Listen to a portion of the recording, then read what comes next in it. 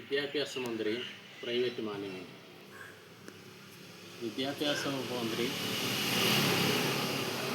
ഒരു private management സ്കൂളിൽ ഹിജാബ് ധരിച്ചതിനെ സംബന്ധിച്ച് അദ്ദേഹം അവിടുത്തെ DDO ഓഫീസിൻ്റെ റിപ്പോർട്ട് കിട്ടുകയും റിപ്പോർട്ട് അനുസരിച്ച് അദ്ദേഹം പറഞ്ഞു ഹിജാബ് ധരിച്ച് കുട്ടികളുടെ ഭരണഘടനാപരമായ അവകാശമാണ്, അതുകൊണ്ട് ഹിജാബ് ധരിച്ച് സ്കൂൾ കയറ്റണം, അല്ലെങ്കിൽ ഞാൻ ആ സ്കൂളിനെതിരെ നടപടി സ്വീകരിക്കും എന്ന് അദ്ദേഹം പറഞ്ഞു.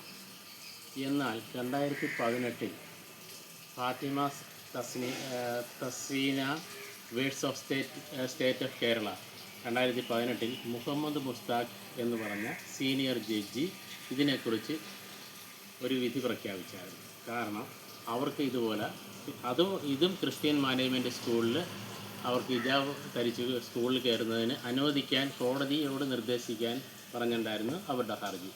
എന്നാൽ ജഡ്ജി പറഞ്ഞത് ആർട്ടിക്കിൾ 29-30 അവരുടെ മൗലികാവകാശം 30-നകത്ത് പറയുന്നത് പ്രൈവറ്റ് അവർക്ക് സ്കൂൾ നടത്താനും അതുപോലെ തന്നെ അതിൻ്റെ എസ്റ്റാബ്ലിഷ്മെൻറ്റ് ആൻഡ് അഡ്മിനിസ്ട്രേഷൻ അതും അവരുടെ മൗലിക അവകാശം.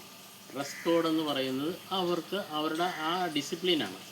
അതെല്ലാവരും ഒരുപോലെ ഡ്രസ്സ് ധരിക്കുക, അല്ലാതെ മറ്റു മതത്തെക്കുറിച്ച് അവർ അധിക്ഷേപിക്കുകയല്ല. എല്ലാവരും ഒരേ ഡ്രസ്സ് ധരിക്കുക എന്നുള്ളതാണ്. മറ്റേ ഉള്ളവനും ഇല്ലാത്തവനും തമ്മിലുള്ള അന്തരത്തിന് അങ്ങനെ ഒരു പ്രശ്നം ഉണ്ടാകാതിരിക്കാൻ വേണ്ടിയാണ് അവർ ഡ്രസ് കോഡ് കൊണ്ടുവരുന്നത്.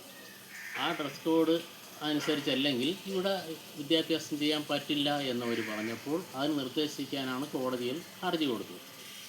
കോടതി പറഞ്ഞത് കുട്ടികൾക്ക് ഏത് വസ്ത്രം ധരിക്കുന്നോ അത് അവരുടെ മൗലികാവകാശമാണ്. എന്നാൽ പ്രൈവറ്റ് സ്കൂളിൽ അവരുടേതായുള്ള നടപടിക്രമങ്ങളും അവരുടെ ചിട്ടകളും അതിനെ എതിരായിട്ട് നിർദ്ദേശിക്കാൻ അവരുടെ മൗലികാവകാശത്തിൻ്റെ എതിരായിട്ട് പറയാനോ കോടതിക്ക് അവകാശമില്ല.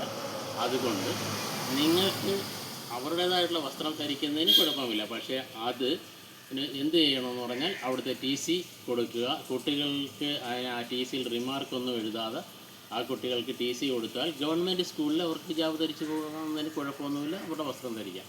എന്നാൽ കോടതിക്ക് നിർദ്ദേശിക്കാൻ അധികാരമില്ല. ഇതാണ് നിലവിലുള്ള ഹൈക്കോടതി വിധി.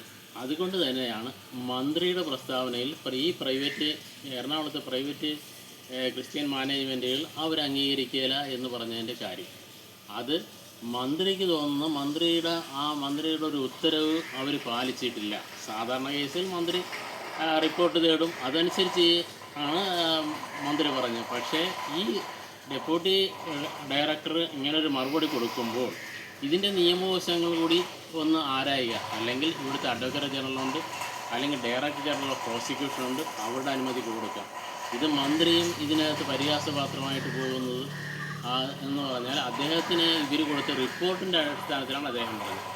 അതുകൊണ്ടാണ് അദ്ദേഹം ഇതിനകത്ത് നിന്ന് പറഞ്ഞത്. എന്നുവെച്ചാൽ പ്രൈവറ്റ് മാനേജ്മെൻറ്റ് പറയുന്നത് വെച്ചാൽ അവരുടെ അവകാശത്തെ ചോദ്യം ചെയ്യുന്നതുകൊണ്ടാണ് അവരിത് പറയുന്നത്. യാതൊരു കാരണവശാലും അവരത് അംഗീകരിക്കില്ല എന്ന് പറഞ്ഞു. പക്ഷേ ഇങ്ങനെയുള്ള പ്രശ്നം കേരളത്തിലുണ്ടാകുമ്പോൾ രമ്യമായിട്ട് ഇത് പ്രശ്നങ്ങൾ പരിഹരിച്ച് പോകേണ്ടതിന് പകരം രണ്ട് കൂട്ടക്കാരും ഒരു മത്സരബുദ്ധി എടുക്കുന്നതല്ല ശരി. അവരുടെ എല്ലാവരുടെയും റൈറ്റ് മൗലികാവസ്ഥയ്ക്ക് വിരുദ്ധമായിട്ട് ഗവൺമെൻറ്റിന് ഒരു ഉത്തരവ് ഇറക്കാൻ പാടില്ല എന്നുള്ള ഇന്ത്യൻ ഭരണഘടന പ്രത്യേകം പറയുന്നുണ്ട്. അത് അദ്ദേഹം ശ്രദ്ധിക്കേണ്ടതാണ്.